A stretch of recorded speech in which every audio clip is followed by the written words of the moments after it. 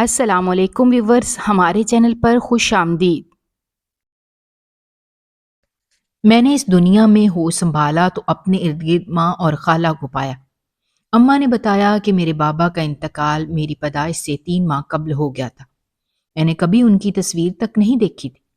جب کبھی اماں سے ضد کی کہ میں اپنے بابا کو دیکھنا چاہتی ہوں، مجھے ان کی فوٹو دکھا دیں، تو ہمیشہ انہوں نے یہی بہانہ لگایا کہ تمہارے بابا کو تصویریں بنانے کا شوق نہیں تھا۔ یہی وجہ ہے کہ میرے پاس ان کی کوئی تصویر نہیں ہے۔ میرے دل میں ان کی تصویر دیکھنے کی حسرت ہی رہی۔ وقت کے ساتھ ساتھ مجھے صبر تو نہ آیا، لیکن میں اتنی صبر والی بچی تھی کہ اماں سے دوبارہ کبھی ضد نہ کرنے کی قسم کھا لی تھی۔ مگر دل ہی دل میں اکثر سوچا کرتی تھی کہ جن لوگوں کے پیارے اس دنیا سے چلے جاتے ہیں، ان کے پاس کم از کم ان کی تصویر ضرور ہوتی ہے، جسے دیکھ کر وہ اپنا دل بہلا لیتے ہیں اور انہیں صبر آ جاتا ہے۔ کاش میں بھی اپنے بابا کی تصویر دیکھ سکتی اور ان کی تصویر سے باتیں کر سکتی۔ پڑھائی کے ساتھ ساتھ فارغ وقت میں نے اپنی ایک خیالی دنیا بسا لی تھی۔ اماں ویسے بھی جاب کرتی تھی، گھر میں خالہ اور میں رہا کرتی۔ خالہ کی طبیعت ان دنوں بہت زیادہ خراب تھی۔ میں پڑھائی میں اتنی مصروف رہتی تھی کہ مجھے امی اور خالہ کے ساتھ وقت گزارنے کے لیے کم ہی ملتا تھا۔ پڑھائی سے فارغ ہونے کے بعد میں کچن میں آ کر خالہ کے لیے پرہیزی کھانا تیار کرنے لگی۔ ابھی میں کام کرنے ہی لگی تھی کہ انہوں نے مجھے آواز دے کر بلایا اور کہنے لگیں، ہیرا، کیوں نہ باجی سے کہہ کر اب تیری شادی کی بات چلائی جائے۔ میں یہ سن کر حیران رہ گئی اور ہنسنے لگی۔ کیسی باتیں کر رہی ہیں خالہ؟ ابھی تو میں صرف 20 سال کی ہوں اور میرا گریجویشن بھی مکمل نہیں ہوا، آپ کو میری شادی کی فکر ہو گئی۔ میری بات سن کر خالہ کہنے لگیں، لڑکیاں جتنی جلدی اپنے گھر کی ہو جائیں یہی بہتر ہوتا ہے۔ اب میں سیریس ہو کر ان کے پاس بیٹھ گئی اور بولی، خالہ، ان لڑکیوں کے سر پر باپ بھائی کا سایہ ہوتا ہوگا۔ مجھے تو امی کی جاب چھڑوانی ہے اور آپ دونوں کے لیے بہت سا پیسہ کمانا ہے۔ نہ جانے کتنے خواب ہیں جنہیں ابھی تکمیل پانی ہے۔ میری منزل اور ارادے بہت بلند ہیں۔ گھر کی حالت دیکھیں کتنی خستہ ہو رہی ہے۔ امی کی تنخواہ سے بمشکل گھر اور میری پڑھائی کے اخراجات پورے ہوتے ہیں۔ ابھی دور دور تک میرا شادی کرنے کا کوئی ارادہ نہیں ہے۔ میری بات سن کر خالہ خاموش ہو گئیں اور وہ گہری سوچ میں پڑ گئیں۔ آپ کو میرے بارے میں کچھ سوچنے کی ضرورت نہیں ہے۔ اپنی صحت کا خیال رکھیں، باقی جو ہوگا دیکھا جائے گا۔ میں انہیں تسلی دلاسا دے کر کمرے سے نکل گئی، مگر میرا ذہن دوسری طرف بھٹکا جا رہا تھا۔ دوسرے دن میرا رزلٹ تھا۔ میں نے پورے کالج میں ٹاپ کیا تھا۔ میری خوشی کا کوئی ٹھکانہ نہیں تھا۔ کالج میں سب مجھے مبارکباد دے رہے تھے، جبکہ کچھ کلاس فیلوز غم اور غصے کی کیفیت میں مجھے گھور رہے تھے۔ انہی حاسدین کی فہرست میں بھی امبر بھی تھی، جو کالج کی ٹاپر رہ چکی تھی۔ اسے میری کامیابی کسی طور پر ہضم نہیں ہو رہی تھی۔ ایک امیر باپ کی بیٹی ہونے کے ناطے وہ خود کو نہ جانے کیا شے سمجھتی تھی۔ اس کے ساتھ اس کا پورا گروپ موجود تھا۔ وہ سب لوگ مجھے نفرت بھری نگاہوں سے دیکھ رہے تھے۔ میں نے انہیں نظر انداز کر دیا کیونکہ میں بہت خوش تھی اور اس بات سے بھی بخوبی واقف تھی کہ میں ان کا مقابلہ نہیں کر سکتی۔ سب اساتذہ مجھ سے خوش تھے اور اب وہ وقت دور نہیں تھا کہ میں اپنے خوابوں کو پورا کر سکتی اور پڑھائی مکمل کرنے کے بعد مجھے اچھی نوکری مل سکتی تھی۔ سو میں مزید محنت کرنے کا ارادہ کر چکی تھی۔ اس دن مجھے گھر پہنچنے میں بہت دیر ہو گئی تھی کیونکہ مجھے بس بہت دیر سے ملی تھی۔ میں اپنے گھر کے دروازے کے سامنے آ کر جیسے ہی رکی تو میرے گھر کا دروازہ کھول کر امبر باہر نکلی۔ وہ کالج کے یونیفارم میں تھی۔ کچھ فاصلے پر اس کی کار بھی کھڑی ہوئی تھی۔ میں اسے اپنے گھر سے باہر نکلتا دیکھ کر حیران رہ گئی۔ اس سے پہلے کہ میں اس سے کوئی سوال کرتی، اس نے میری طرف مسکرا کر دیکھا اور اپنی کار میں بیٹھ کر چند منٹوں میں ہی میری نظروں سے اوجھل ہو گئی۔ میں گھر میں داخل ہوئی تو اتفاقیہ طور پر امی بھی گھر میں موجود تھی۔ مجھے گھر میں دیکھ کر ان کے چہرے کی رنگت اڑ گئی۔ کیا بات ہے امی؟ مجھ سے کیا چھپا رہی ہیں؟ میں نے امی سے پوچھا تو وہ ہنستے ہوئے بولی، ارے نہیں نہیں، میں تم سے کیوں کچھ چھپاؤں گی؟ تمہاری کلاس فیلو امبر آئی تھی۔ پچھلے دنوں اس کا رویہ تمہارے ساتھ ٹھیک نہیں تھا، اس لیے معافی مانگنے آئی تھی۔ کوئی ضروری کال آئی تو اٹھ کر چلی گئی۔ بیٹا اب جب بھی تمہیں کالج میں ملے گی تو اچھے سے بات کرنا۔ میں امی کی بات سن کر خوش ہو گئی اور بولی، ارے واہ، یہ تو بہت اچھی بات ہے کہ اسے اپنی غلطی کا احساس ہو گیا آپ بے فکر رہیں، کل میں خود اسے گلے لگا لوں گی، میں نے کھلے دل سے کہا اور فریش ہونے کے لیے چل دی۔ اگلے دن میں کالج گئی تو امبر بڑی خوش دلی سے مجھ سے ملی اور اس نے کہا کہ آئندہ ہم اچھی دوستیں بن کر رہیں گی۔ مجھے بھلا کیا اعتراض ہو سکتا تھا؟ سو اس طرح سے ہماری دوستی کا آغاز ہو گیا۔ ہم دونوں ایک دوسرے کے ساتھ بہت خوش تھیں۔ اتوار کا دن تھا۔ ناشتے اور روزمرہ روٹین سے فارغ ہونے کے بعد امی نے کہا، چلو آج تمہیں نئے جوتے دلا لاؤں، تمہارے شوز بہت پرانے ہو چکے ہیں۔ میں بولی، رہنے دے امی، ابھی میں کچھ دن مزید چلا لوں گی، کل ہی آپ کو تنخواہ ملی ہے، کیا ساری آج ہی اڑا دینے کا ارادہ ہے؟ امی نے مجھے گلے لگایا اور بولی، دنیا کی پہلی بیٹی دیکھی ہے جو شاپنگ پر چلنے سے منع کر رہی ہے۔ طبیعت خراب ہونے کی وجہ سے خالہ کسی بات میں شریک نہ ہوتی تھی اور چپ چاپ امی کی اور میری باتیں سنتی رہتی تھی۔ اس وقت بھی وہ اپنے بستر پر لیٹی ہوئی تھی۔ امی اور میں انہیں مارکیٹ جانے کا بتا کر گھر سے نکل گئیں۔ چھٹی کا دن ہونے کی وجہ سے مارکیٹ میں معمول سے زیادہ رش تھا۔ امی مجھے ہاتھ سے پکڑ کر مارکیٹ میں گھسنے لگیں تو بولی، میں جوتے باہر ہی ٹھیلے سے لے لوں گی امی، ہم نے کون سا بہت ساری خریداری کرنی ہے، پھر رش میں خوار ہونے کا کیا فائدہ؟ میں بیزار ہوتے ہوئے بولی تو امی نے کہا، ارے آج تجھے ایک بڑی سی دکان سے نئے جوتے دلاؤں گی، امبر نے بتایا تھا، بڑا اچھا دکاندار ہے، ڈسکاؤنٹ بھی کر لیتا ہے اور چیز بھی ایسی پائیدار دیتا ہے کہ سالہ سال چلتی ہے۔ امبر نے تو جیسے اماں پر جادو کر دیا تھا۔ میں مجبوراً رش میں جگہ بناتی ان کے ساتھ چلنے لگی۔ ہم دکان کے اندر داخل ہوئے تو مہنگی اور جدید طرز کے جوتے دیکھ کر میرا منہ حیرت سے کھلا رہ گیا، کیونکہ آج سے پہلے ہم کبھی ایسی بڑی دکان میں خریداری کے لیے نہیں آئے تھے۔ دکاندار کی نظر امی پر پڑی تو وہ خوش ہو گیا، جیسے وہ انہیں پہلے سے جانتا ہے۔ مجھے حیرت ہوئی، مگر پھر میں نے سوچا کہ شاید وہ اپنے کسٹمر بنانے کے لیے خوش اخلاق بن رہا ہے۔ میں آگے بڑھ کر جوتے پسند کرنے لگی۔ ایسے لاجواب ڈیزائن میں اپنی زندگی میں پہلی بار دیکھ رہی تھی اور ان میں سے ایک پسند کرنا میرے لیے مشکل ثابت ہو رہا تھا۔ میں نے جوتا ہاتھ میں لے کر امی سے مشورہ کرنا چاہا تو یہ دیکھ کر حیران رہ گئی کہ وہ دکاندار کے ساتھ آہستہ آواز میں باتیں کر رہی تھی۔ مجھے دیکھتا پا کر دونوں ایک دم خاموش ہو گئے۔ دکاندار مجھے گہری نظروں سے دیکھ رہا تھا۔ مجھے اس کا انداز پسند نہیں آیا تھا۔ امی نے جلدی سے جوتے پیک کروائے اور ہم وہاں سے نکل گئے۔ میں سخت الجھن کا شکار ہو رہی تھی، مگر چاہنے کے باوجود امی سے کچھ نہ پوچھ سکی۔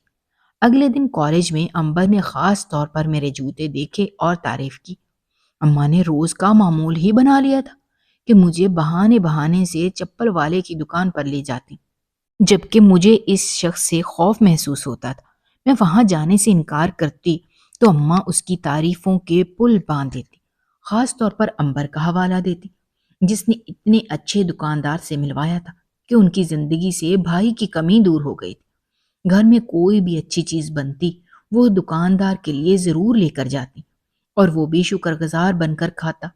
میں امی کے ساتھ جاتی تھی۔ مجھے چپل والے سے کوئی سروکار نہ تھا، مگر امی کا خیال رکھنے کی وجہ سے مجھے مجبوراً ان کے ساتھ جانا پڑتا تھا۔ امبر ہم لوگوں پر کچھ زیادہ ہی مہربان ہوتی جا رہی تھی۔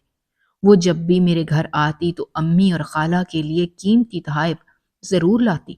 میری اتنی حیثیت نہ تھی کہ بدلے میں ویسے ہی قیمتی تحفے اسے دیتی، سو ایک دن میں نے اسے صاف منع کر دیا تو وہ ناراض ہو گئی اور کہنے لگی، تم میرے خلوص کو غلط رنگ دے رہی ہو، دوست ہونے کے ناطے تمہاری امی اور خالہ میری بھی کچھ لگتی ہیں، مگر تم نے تو مجھے بالکل ہی غیر بنا دیا ہے۔ یہ کہہ کر وہ رونے لگی تو مجھے اپنی غلطی کا احساس ہوا۔ میں شاید بہت منفی سوچنے لگی تھی۔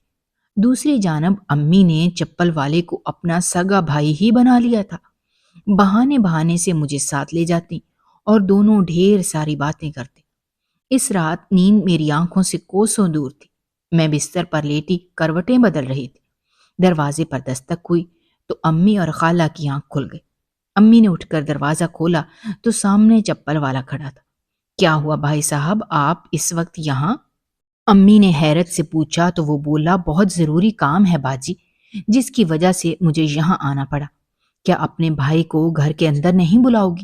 امی نے جلدی سے رات سا چھوڑا اور اپنے منہ بولے بھائی کو گھر کے اندر بلا لیا۔ میری گھر والی کو ہارٹ اٹیک آ گیا ہے، اس کی طبیعت بڑی خراب ہے، ڈاکٹر نے علاج کے لیے 50,000 روپے مانگے ہیں، میرے پاس تو 1 روپیہ بھی نہیں ہے جی۔ یہ کہہ کر وہ رونے لگا تو ہمارا بڑا دل دکھا۔